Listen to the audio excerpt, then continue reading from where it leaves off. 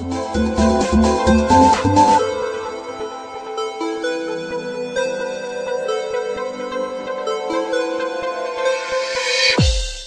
nous pensons que nous avons eu des discussions qui ont été très hachées, pas des discussions qui ont abouti en tout cas au règlement de l'ensemble des préoccupations des travailleurs. Et dans cette période-là, nous avons constaté une volonté manifeste de la direction générale de diviser le personnel en utilisant le syndrome des élections. Parce qu'en général, quand on parle d'élections, on crée la division en général chez les travailleurs.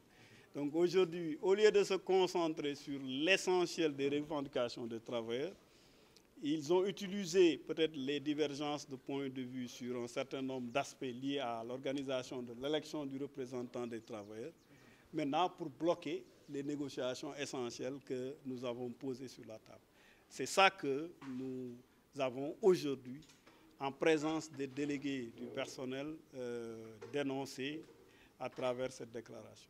Aujourd'hui, donc, vous maintenez vos revendications et vous pensez qu'il y en a qui sont urgentes. Quelles sont ces revendications? Mais les revendications urgentes, c'est la transparence d'une manière générale dans le processus déjà de sélection de celui qui doit nous représenter au conseil d'administration, comme ils l'ont agité. Mais les véritables préoccupations des travailleurs, c'est d'aller vers les négociations en ce qui concerne le mémorandum qu'on avait déposé depuis le démarrage, avant le démarrage de la CNO, à savoir une augmentation sensible des salaires, à savoir une révision de la grille de salaire, réviser le système d'avancement du personnel qui était déjà là depuis la SDE, réviser le mode de cotation des postes, parce qu'on peut être dans un poste et plafonner et pendant des années, tu ne peux plus avancer. Donc, c'est des questions très essentielles que la direction n'a pas encore abordées avec nous sérieusement et c'est des questions qui nous interpellent. La question de l'habitat, on avait un fonds d'habitat, on avait un fonds d'épargne de crédit. Ces fonds qui étaient là, qui fonctionnaient et où les travailleurs épargnaient leur argent pour pouvoir faire des emprunts, depuis le début de CNO, prétextant que nous devons réviser ces fonds, ils ont bloqué le fonctionnement de ces fonds. Ce qui est inadmissible, qui ne respecte pas les accords qu'on avait avant. Donc, si vous voulez, au lieu de régler ces priorités, ils vont essayer de nous distraire avec l'organisation d'élections.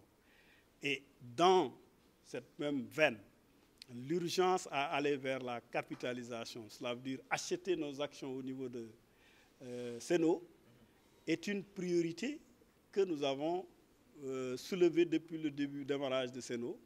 Et l'État du Sénégal, à travers le Fonds 6, c'est maintenant qu'il nous donne les modalités de cession des actions. Et dans ces modalités de cession des actions, nous devons dépenser de l'argent. Et cet argent, nous devons le tirer de notre fonds qui existe déjà. Et la CNO n'a aujourd'hui, jusqu'à présent, donné aucun gage pour accompagner le personnel, à savoir ceux qui ne peuvent même pas capitaliser, c'est-à-dire que ceux qui n'ont même pas d'épargne pour pouvoir capitaliser. Et aujourd'hui, au lieu de prioriser cela, ils priorisent les élections. Il y a des questions qui nous reviennent sur lesquelles c'est effectivement la direction générale de CNO de répondre à ces questions.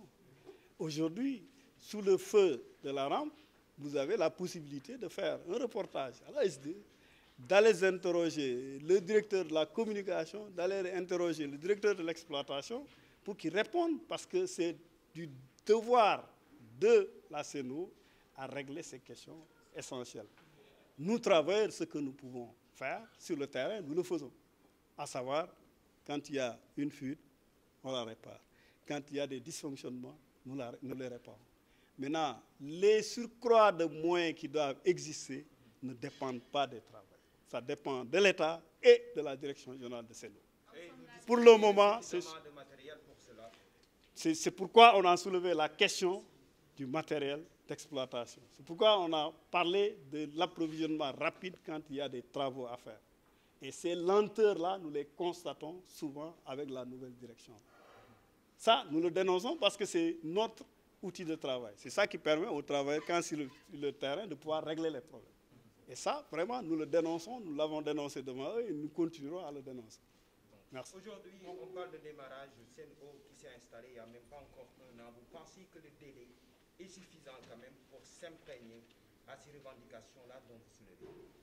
Oui, mais je pense que la CNO s'était bien imprégnée du dossier social, à savoir que quand elle faisait son offre, elle s'est suffisamment informée sur les acquis des travailleurs, sur les préoccupations des travailleurs, et quand elle est arrivée aussi, elle nous a rencontrés, nous avons posé les préoccupations.